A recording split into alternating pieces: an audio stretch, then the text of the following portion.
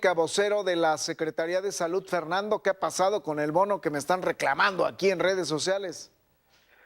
Eder, buenas tardes. Buenas Comentarte, tardes. se está en espera de que llegue. Nos han notificado que hoy se está recibiendo por parte de la autoridad federal.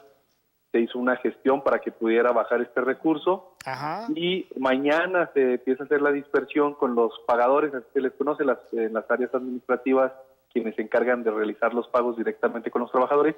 El miércoles está realizándose este pago tanto del bono como la entrega de los vales que año con año reciben los trabajadores de la Secretaría de Salud.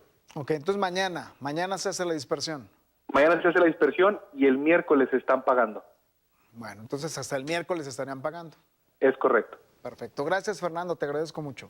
Al contrario, gracias, un abrazo. Gracias. Fernando Ríos, vocero de la Secretaría de Salud. Los números, mi querido Leo, ¿cómo estás? Muy bien, Ever, pues encantado, como siempre. Lunes de números. Lunes de gráficas. De información. A ver, vámonos de lleno con esto del Pues, presupuesto. rápidamente, pues, si nos ayuda ahí producción, vamos a ver el proyecto de presupuestos de egresos de la Federación que presentó Carlos Ursúa el sábado anterior. Y básicamente estamos hablando de un presupuesto de 5,800 millones de pesos, ¿sí?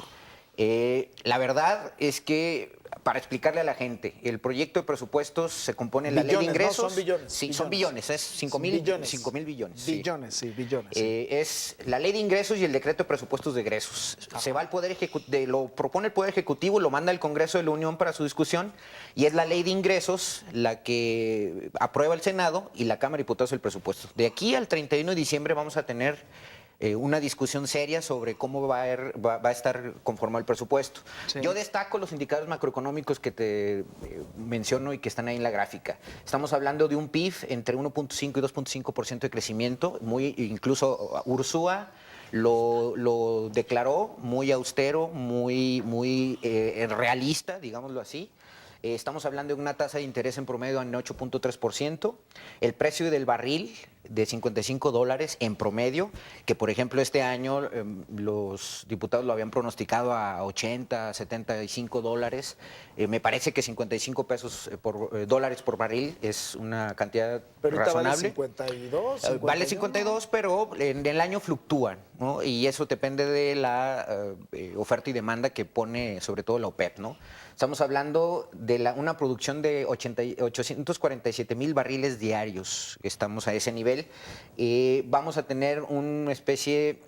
El presupuesto viene anclado a una proyección de la inflación de 3.4% anual. Ajá. Justo estamos arriba entre el 4 y el 5. A ver, tú eres el de los expertos, pero hay un déficit de 503 millones de pesos. Sí, claro. Estamos hablando que los gastos que propone el presupuesto son de 5,778 millones.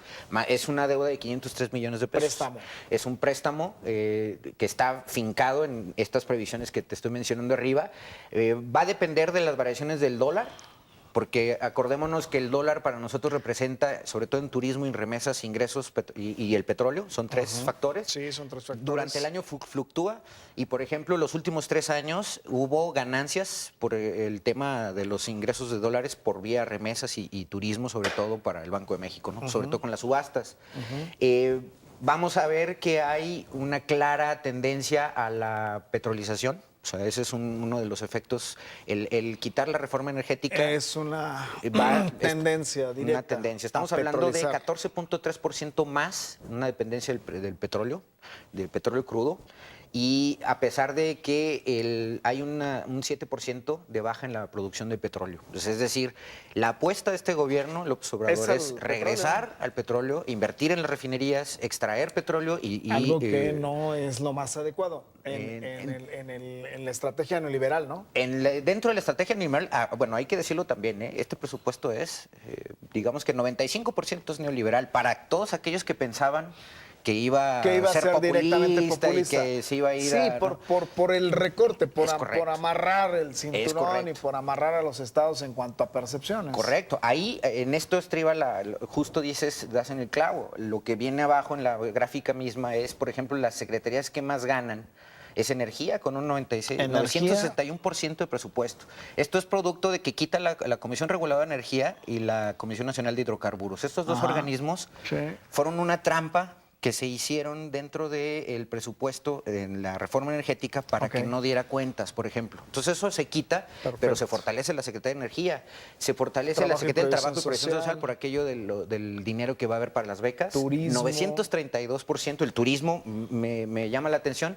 Aquí hay una disputa por el Consejo Mexicano de Promoción Turística, sí, que se va a quitar ese órgano externo, pero se fortalece en sí la estructura de la Secretaría de Turismo. Ahora, las que pierden, vamos a ver en términos generales, medio ambiente, una reducción de 32%. Y apostarle, el no apostarle al medio ambiente ese es un tema que ahí está discusión. Es una política muy parecida a la de Trump. Estamos en esa disyuntiva. SST, Caminos y Zagarpa. Hay que ver cómo lo reasignan, porque la Secretaría del Bienestar trae partidas presupuestales para vivienda, pobreza, etcétera, que tienen una vinculación horizontal y que pueden afectar a esas secretarías. Perfecto. Si nos ayudas, Burritas, con la siguiente gráfica, rápidamente, yo nada más pongo ahí sobre la mesa dos grandes, digamos, cuestiones difíciles que van a estar difíciles de cumplir, ¿no? Una es que el alce el 11% del nivel de recaudación, o sea, López Obrador está planteando y este equipo tecnocrático, justo destaco esto porque a mí me gusta. Pero con proclividad a la izquierda. Sí, claro, porque redistribuyeron el presupuesto hacia cuestiones de seguridad social. Son menos tecnócratas que los que se fueron. No, o son igual de tecnócratas, pero con otra ideología. Pero con un énfasis en reasignar el gasto a cuestiones sociales, no o sea, rumbo al populismo. Yo quitaría ese el populismo es una frase que no es mala. No, yo sé que no es mala, pero la verdad es que, por ejemplo, Obama dijo que era populista. La infraestructura, genera infraestructura, cosa que este sexenio es deficitaria. O sea, más del 180% negativo fue el decremento durante el sexenio de Peña Nieto en cuestión de infraestructura. Y eso lo hemos padecido todas las entidades, por ejemplo. Entonces, le está apostando a infraestructura, le está apostando al tema de petrolero, pero también hay que ver, se basa en los precios internacionales del petróleo, pero en la recaudación. Hay que ver cómo lo hace. Justamente no está planteando más ingresos, no está planteando más impuestos, está planteando incluso la reducción en la frontera, que ese es otro tema a discutir, que va a venir por un decreto que va a ser alternativo a este presupuesto. Y digamos que esos son, digamos, las luces. A Durango, ¿cómo le va a ir? Bueno, pues estábamos oyendo las declaraciones. Eso ahorita no tengo la gráfica aquí para mostrarte, pero Durango trae un presupuesto anual de 30 mil millones de pesos. 31 fue, ¿no? 31 en general 31 por los ingresos propios. El 2018 por los ingresos propios. Ajá, lo que pasa es que por ingresos 28, propios. 28 esos más son ingresos puros propios federales. Son 31. Ok. 28 los 28,000 fueron por federales, directamente. Entre 27 y 28 decía yo. Ok. 28 más ingresos propios que son como 2.700. Sube a 31, pero prácticamente queda tablas, ¿no? Queda tablas y con el peligro de reducir por el tema inflacionario, porque en términos reales es el un cuestión del 3.4% de incremento. Entonces, ese se va a cancelar con el crecimiento promedio de inflación. Entonces, ahí hay que ver, y justo del clavo el gobernador con la declaración que dio, tiene que ver con el perfil de los funcionarios que tiene a su cargo y que tiene que ver con esa proclividad a interactuar con el gobierno federal. Es algo de lo que me parece, es algo que me parece que tienen que ajustar aquí porque hay que hacer ese cabildeo, o sea, no solamente depende de los diputados, sino de la cartera de proyectos y las prioridades en el presupuesto estatal. Entonces yo destaco esa parte, ¿no?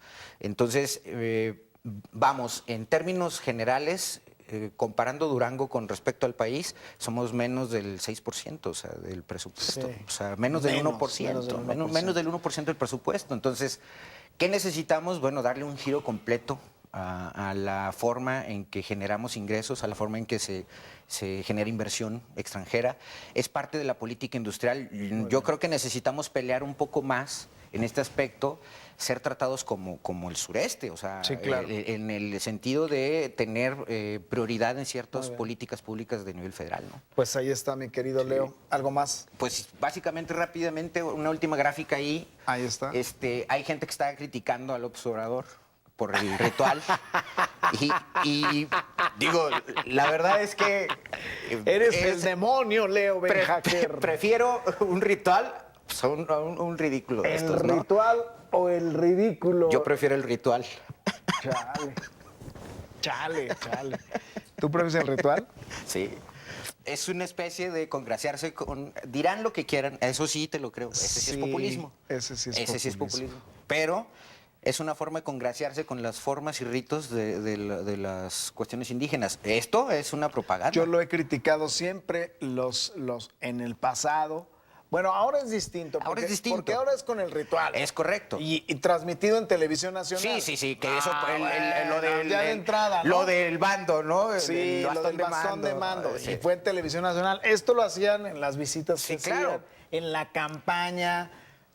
La campaña. Todo mundo, todo candidato priista se colocaba Claro, su huipil, su Ahora- indumentaria tradicional. Ahora veo y ahí un está, cambio, ¿no? mira, ahí está. Fíjate, Sí, y esto ahí lo está. traigo a colación de ahorita tuviste aquí a la ex senadora A Yolanda Yolanda de la ¿no? Torre. Pues, que cómo cambia la perspectiva después de la derrota, ¿no? Muy, Sí, muy claro. positiva, hasta hablando bien del gobernador cuando siempre fue de las que criticaron cuando el gobernador se salió del PRI, ¿no? Sí, bueno, pues así son Entonces, los cambios. la derrota es... ¿no? La derrota es la derrota. Es la derrota.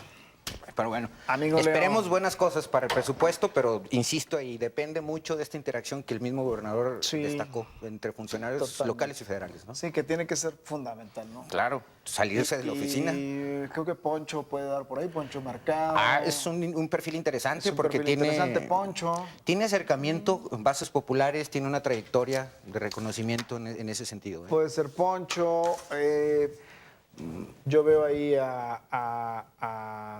con empuje, a lo mejor Ana Karen. Trayectoria.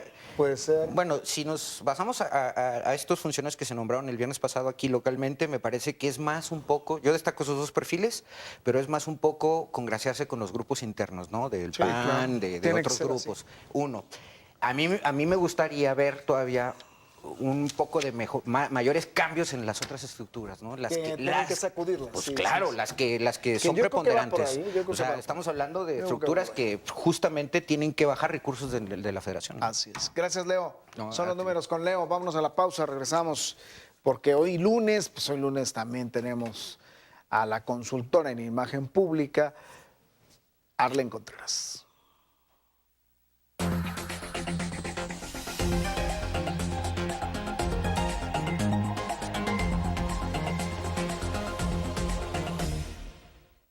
Por Oxxo recibo el dinero de mi esposo para comprarme un vestido y le envío a mi hijo para que ahorre. Por Oxxo recibo para comprarme unos tenis